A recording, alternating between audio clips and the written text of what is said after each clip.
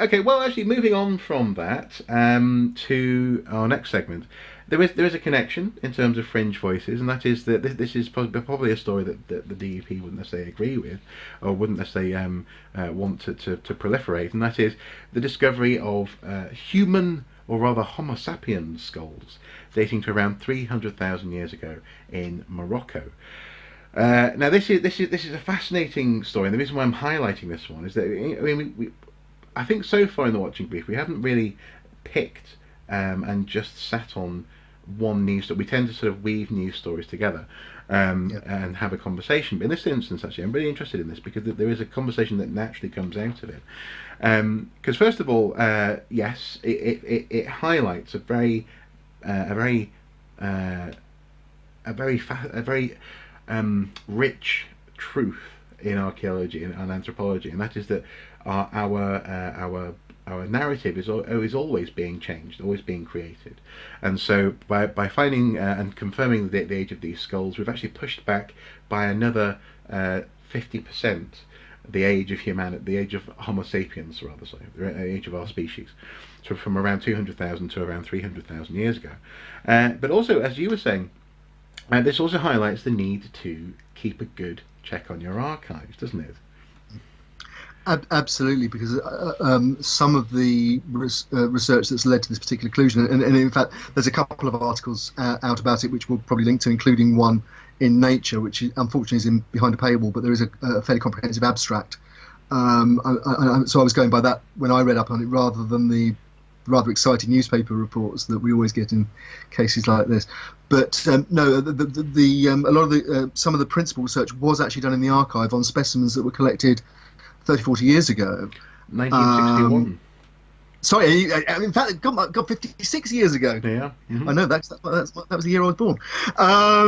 But sorry, yes, I should remember that. But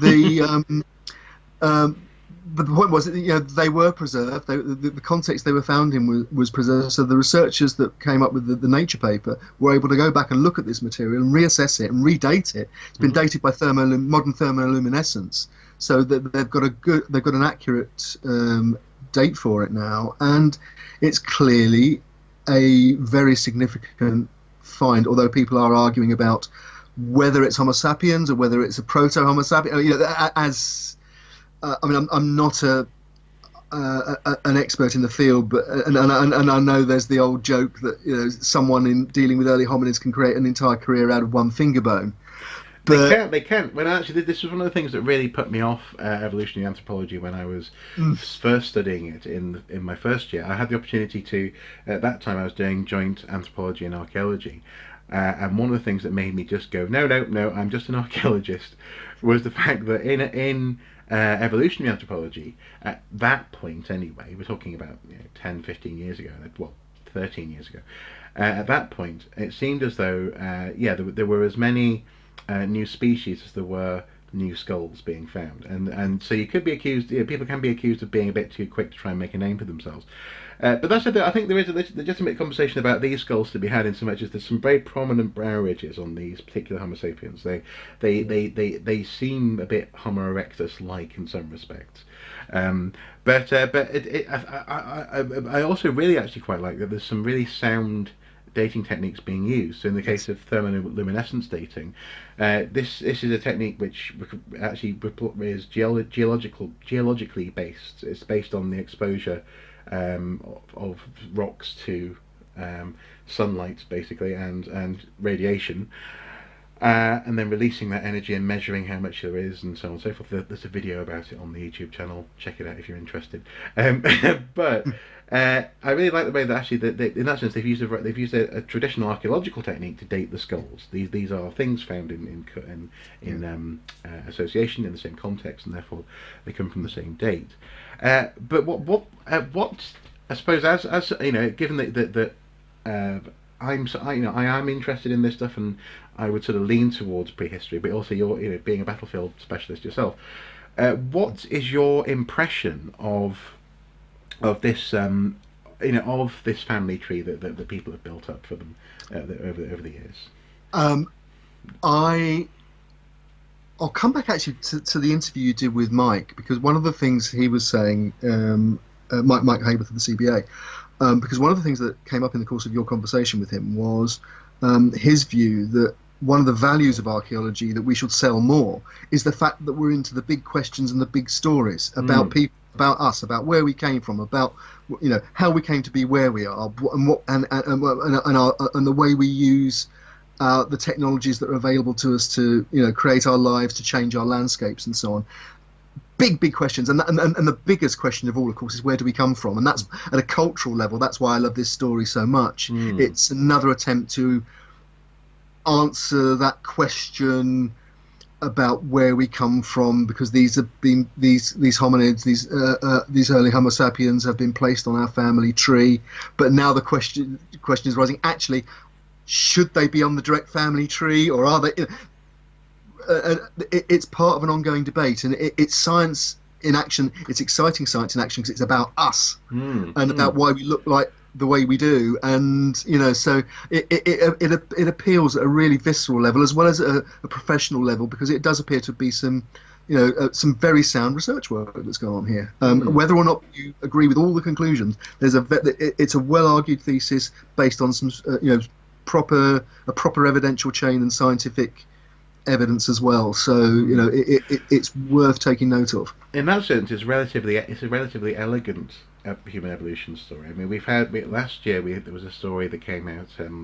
I think was it Australopithecines burying their dead by posting them through a letterbox type situation in a cave, and that's been questioned a lot. People have been sort of going, "Why are you making lots of assumptions there?" But in this case, this is a fairly elegant, simple conclusion. And ironically, it's interesting how some of the language that's used in this particular realm of study. Ironically, it's challenging this Garden of Eden premise, the idea that sub-Saharan Africa was the Goldilocks zone where Homo sapiens really came from. These guys were found in Morocco, and they're 100,000 years older than the ones that we previously knew about. I don't think I'll ever really be ready to subscribe to the multi-regional theory of human evolution, i.e. pockets of Homo sapiens-like creatures sprung up all over the world, and eventually out of that came some sort of hybrid species. I don't think that's the case, but it certainly shows that across the continent of Africa, within the last 500,000 years, there was some exciting things happening in terms of the shape of the world. But it's interesting you say that. I agree with you on that. But I think one of the things that struck me about reading it as well was that certainly when I was doing my masters in the mid to late 90s, it was in the early days of the significant application of DNA, and the DNA, all the talk in DNA circles then was about mitochondrial Eve and the half dozen or so Homo sapien females who were the source of the exodus out of Africa about 500,000 years ago. And this would, it was a lovely image, but it now looks as though actually the reality is much more complex than that, and actually so it should be. I mean, it's one of the rules of thumb, I think, isn't it, that we all work for, that although we can apply Occam's razor and the solution that requires less assumptions is probably the correct one, at the same time, if a solution looks too simple and elegant and too attractive, maybe you want it to be true rather too much, and you need to go back and check your evidence again. Yeah, and I suppose that was certainly a convenient bottleneck for a theory, wasn't it? This idea of that, but and being from around about that date. And I think what's interesting again there is that yes, I'm not a fan of multi-regionalism, but now it seems you would be daft to bet against there being more than one mass migration or even a series of small migrations of humans around, Homo sapiens around the world, who might have been subtly different, and out of that comes Homo sapiens as we understand. It's not the same as I've forgotten what his name is now. Is it Wolpoff? Is it the there's an archaeologist in the US anyway who loves the idea of there being literally distinct species resulting in Homo sapiens. But this is it. You see, this is one of the reasons why archaeology is exciting, and it's one of the reasons why it should be actually, I think, more often discussed and talked about. As you say, this does relate to the interview that I shot with Mike last week, in some which he was very at times just frustrated with people for not talking about their specialisms more openly, but also as well it relates to the fact that. It's a shame that this stuff doesn't float to the top of the news agenda more frequently. I mentioned this in another recent video, but I was very frustrated that this story was only really being reported on national TV because of the purdah, because basically the news media weren't allowed to report on political gossip on that day. That's right. Yeah. So it'd be nice to see a bit more of this, but it's exciting stuff, definitely.